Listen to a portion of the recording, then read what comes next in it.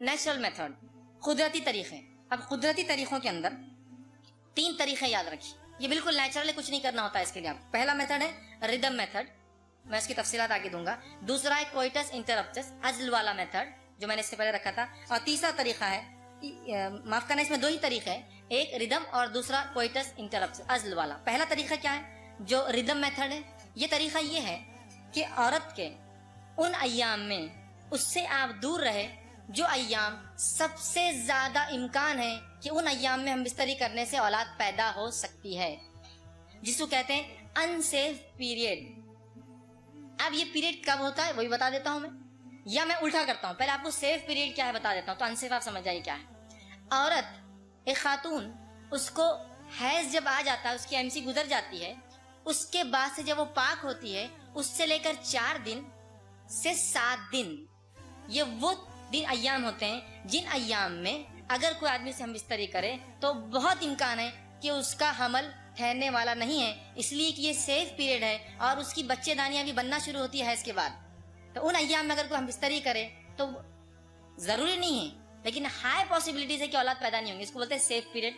اور اسی طرح عورت کے حیض آنے سے پھر 7 سے 4 دن، 7 سے آخر دن تک وہ ایام ہوتے ہیں جن ایام میں ہم بستری کرنے سے یہ بھی سیف پیریڈ ہوتا ہے، اس کو وجود میں حمل ٹھہرنے والا نہیں ہے پھر. اور اس کے علاوہ یہ 7 دن یا 4 دن سے لے کر 5، 6، 7 یا 5 سے لے کر یا 4، 6 سے لے کر یا 7 سے لے کر جو ایام ہوتے ہیں جو بالخصوص 10 دن ہوتے ہیں، اس کے MC کے بعد سے 10، مطلب یہ ایام چھوڑ کے 10 دن، یہ ہائیسٹ پاسبلٹیز ڈیز ہوتے ہیں جب ہم بستری کرنے سے حمل وجود میں آ سکتا ہے. اس کو بولتے ہیں انسیف پیریڈ. اور بالخصوص 13واں دن حمل حیض کے بعد اور 14واں دن سب سے ہائیسٹ پاسبلٹیز ہوتی ہے کہ اگر ہم بستری کریں گے تو حمل وجود میں آ جائیں گا.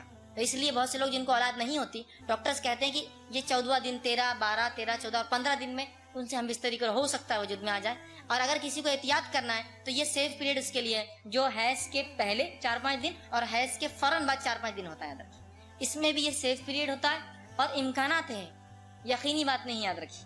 اس لیے کہ حدیث میں الفاظ ہے جس کو پیدا ہونا ہے وہ پیدا ہو کر رہیں گا، حتیٰ کہ اگر پتھر پہ بھی منی کسی گر جائے، اللہ کو اگر اولاد کو وجود میں لانا تو لا لیں گا. مطلب یہ کہ جس کو لکھ دیا اللہ نے وہ تو پیدا ہونے والا ہے. طریقہ اختیار کرو تم احتیاطاً، لیکن وجود میں آنا ہے تو آنے والا ہے. ٹھیک، تو پہلا طریقہ ہوا ردم میتھڈ جو نیچرل ہے.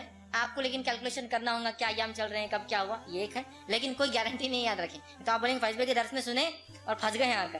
ٹھیک ہے، میں گارنٹی نہیں لے رہا ہوں، میں بتا رہا ہوں کہ کیا احتیاط کی جا سکتی ہے بھائی، ورنہ میرے پہ وہ کر دیں گے یہ تھا وہ فیض بھائی. ہوں گا نا 4-5 سال بعد آپ ملیں گے تو بولیں گے یہ تھا وہ جو آپ نے بولے اور میں پھنس گیا. ٹھیک ہے، میں آپ کو ترکیب بتا رہا ہوں، میں ذمہ نہیں لے رہا ہوں، میں پہلے واضح کر رہا ہوں، ورنہ آپ میرے پیچھے پڑ جائیں گے اس کے بعد. ٹھیک ہے، میں بتا رہا ہوں یہ سیف پیریڈ ہے، لیکن اللہ کو وجود میں لانا ہے تو پھر اللہ کبھی بھی لا سکتا ہے، اس پہ اللہ قادر ہے، اس معاملے میں ہماری کوئی نہیں. یہ احتیاط انسان کر سکتا ہے. فرسٹ. سیکنڈ میتھڈ عزل، کوئٹس انٹرپٹس، کہ انسان اپنے بیوی سے ہم بستری کرے اور منی خارج ہونے سے پہلے اپنی بیوی سے دور ہٹ جائے.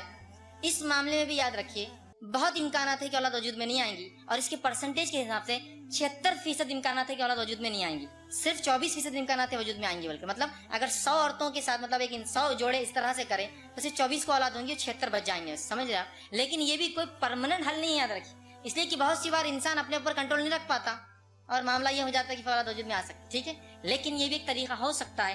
شریعت کے اندر اس طریقے کی کوئٹس انٹرپٹس عزل کی اجازت تو ہے لیکن پسندیدہ نہیں. یاد رکھیے پسندیدہ نہیں، یہ کوئی چوائس فیصلہ نہیں کہا کہ کرو، لیکن اجازت تو ہے، آپ کر سکتے ہیں چاہے تو.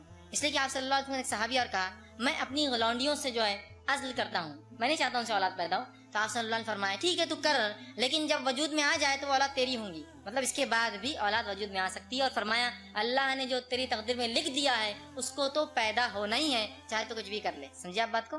تو پیدا ہو اس پہ. لیکن یہ ایک میتھڈ ہے کہ ایک انسان منی خارج ہونے سے پہلے اپنی بیوی سے دور ہو جائے، کوئی ٹینشن. تو یہ تھا نیچرل میتھڈ.